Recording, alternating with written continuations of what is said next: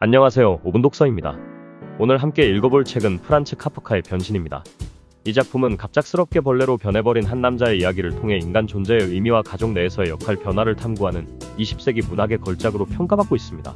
카프카의 변신은 간단한 줄거리 속에 복잡한 철학적 주제를 담아내며 독자들에게 깊은 인상을 남깁니다. 먼저 줄거리부터 살펴보겠습니다. 주인공 그레고르 잠자는 어느 날 아침 눈을 떠보니 자신이 거대한 벌레로 변해 있다는 사실을 깨닫습니다. 그레고르는 이전까지 외판원으로 일하며 가족의 생계를 책임져 왔습니다.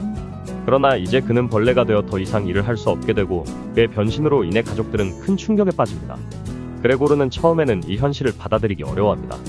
그는 여전히 자신의 인간성을 유지하고 있다고 느끼지만 외형적으로는 완전히 벌레로 변해버렸습니다.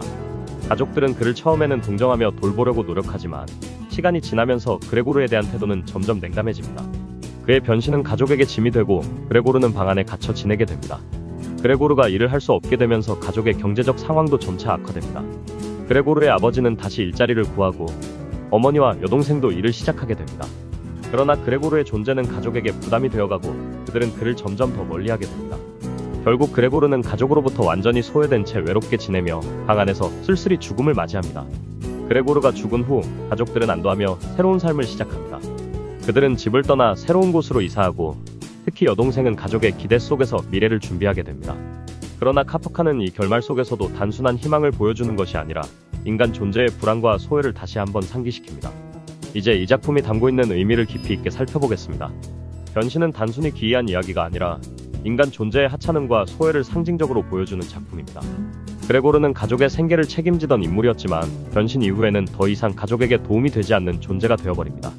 이는 사회에서의 역할이 사라질 때 인간이 얼마나 쉽게 소외되고 하찮게 여겨질 수 있는지를 보여줍니다.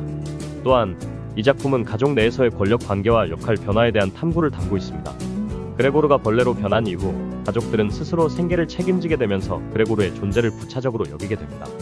특히 여동생은 처음에는 그레고르를 돌보지만 점차 그에게서 멀어지며 그의 몰락에 결정적인 역할을 하게 됩니다. 이는 가족 내에서의 역할 변화가 어떻게 이루어지는지를 잘 보여줍니다. 카프카는 이 작품을 통해 인간의 실존적 불안도 다루고 있습니다. 그레고르는 자신이 벌레로 변한 현실을 받아들이며 자신의 존재 가치와 인간으로서의 정체성을 잃어버리게 됩니다. 이는 현대 사회에서 개인이 겪는 실존적 불안을 상징적으로 표현한 것입니다.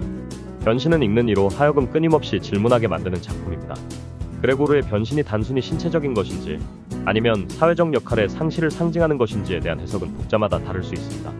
그러나 분명한 것은 카프카가 이 작품을 통해 우리에게 던지는 질문은 여전히 유효하다는 것입니다. 변신은 현대 사회에서 인간이 어떤 존재인지 그리고 우리가 무엇을 진정으로 소중히 여겨야 하는지를 고민하게 만드는 작품입니다. 카프카의 문체는 간결하면서도 강렬하며 독자들에게 깊은 인상을 남깁니다. 이 작품을 통해 우리는 인간의 존엄성과 사회적 역할에 대해 다시 한번 생각해 볼 수 있는 기회를 얻게 됩니다. 지금까지 5분 독서였습니다. 감사합니다.